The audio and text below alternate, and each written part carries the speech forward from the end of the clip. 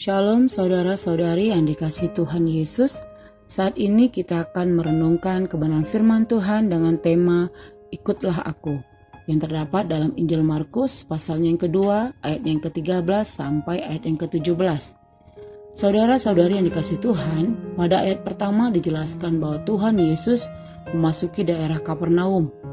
Di sana Tuhan Yesus mengajar orang banyak dan menyembuhkan seorang pria lumpuh.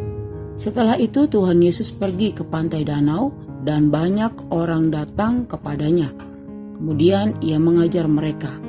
Ketika dia berjalan di dekat pantai itu, dia melihat Lewi anak Alfeus yang disebutkan juga sebagai Matius. Matius sedang duduk di rumah cukai sebab dia adalah seorang pemungut cukai. Pada masa itu seorang pemungut cukai dianggap sebagai orang berdosa, karena mereka biasanya memungut cukai lebih banyak dari jumlah yang harus dibayarkan kepada pemerintah Roma. Mereka dianggap sebagai pemeras rakyat. Mereka juga memegang hal-hal yang dianggap najis oleh hukum Taurat, terutama keping uang yang bergambar dewa-dewi. Mereka juga memungut cukai pada hari Sabat. Kebanyakan orang Yahudi membenci pemungut cukai. Tuhan Yesus berkata kepada Matius, "Ikutlah aku."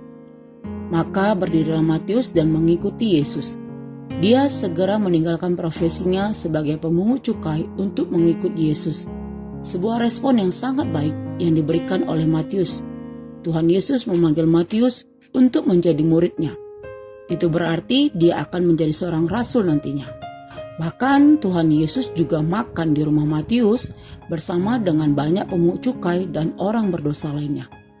Melihat hal tersebut, ahli-ahli Taurat bertanya kepada para murid Yesus, mengapa Yesus mau makan bersama dengan para pemungut cukai dan orang-orang berdosa itu?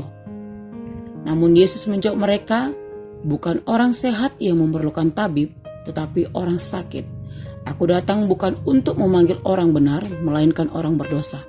Terdapat pada ayat yang ke-16 sampai ayat yang ke-17. Kedatangan Tuhan Yesus ke dunia ini adalah untuk menyelamatkan orang-orang yang berdosa. Tuhan Yesus membenci dosa, tetapi Dia mengasihi orang berdosa. Tuhan Yesus mau memulihkan kehidupan Matius. Orang banyak menganggap Matius adalah orang berdosa karena profesinya sebagai pemungut cukai. Dia dipandang hina dan dijauhi oleh orang-orang Yahudi. Tetapi Tuhan Yesus memilih dia. Setelah percaya kepada Tuhan Yesus dan meresponi panggilan Tuhan Yesus, Matius dipakai Tuhan secara luar biasa. Bahkan dia menjadi penulis Injil Matius yang menceritakan dengan jelas tentang kehidupan dan pelayanan Tuhan Yesus.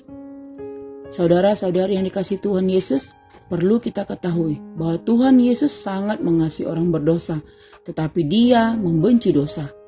Ketika Tuhan Yesus memanggil seseorang untuk mengikut Dia, bahkan menjadi rekan sekerjanya, Tuhan Yesus tidak pernah melihat dari latar belakang orang tersebut. Panggilan Tuhan Yesus dalam hidup seseorang merupakan sebuah anugerah karena Dialah yang telah memilih kita. Dalam Injil Yohanes pasal yang ke-15 ayat 16 dituliskan bahwa, "Bukan kamu yang memilih aku, tetapi akulah yang memilih kamu, dan aku telah menetapkan kamu supaya kamu pergi dan menghasilkan buah, dan buahmu itu tetap, supaya apa yang kamu minta kepada Bapa dalam namaku, diberikannya kepadamu." Saudara-saudari yang dikasihi Tuhan, mungkin kita memiliki masa lalu yang buruk dan tidak layak untuk menjadi seorang pengikut Kristus, apalagi seorang pelayan Kristus.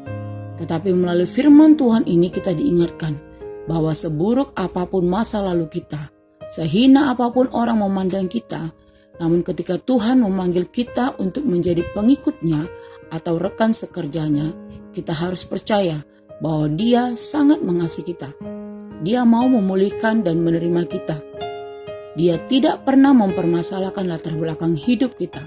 Saudara-saudara yang dikasihi Tuhan, jika saat ini Tuhan Yesus sedang menggerakkan hatimu dan memanggil engkau menjadi pengikut Dia, untuk percaya kepada Dia, bahkan untuk menjadi rekan sekerjanya, maka jangan keraskan hatimu. Buka hati untuk menerima panggilan Tuhan Yesus di dalam hidupmu, dan biarlah Tuhan memulihkan hidupmu. Jangan pernah merasa tidak layak karena latar belakang hidup kita di masa lalu. karena Tuhan mau memulihkan dan memakai hidup kita menjadi alat di tangannya. Demikian firman Tuhan. Tuhan Yesus memberkati. Shalom.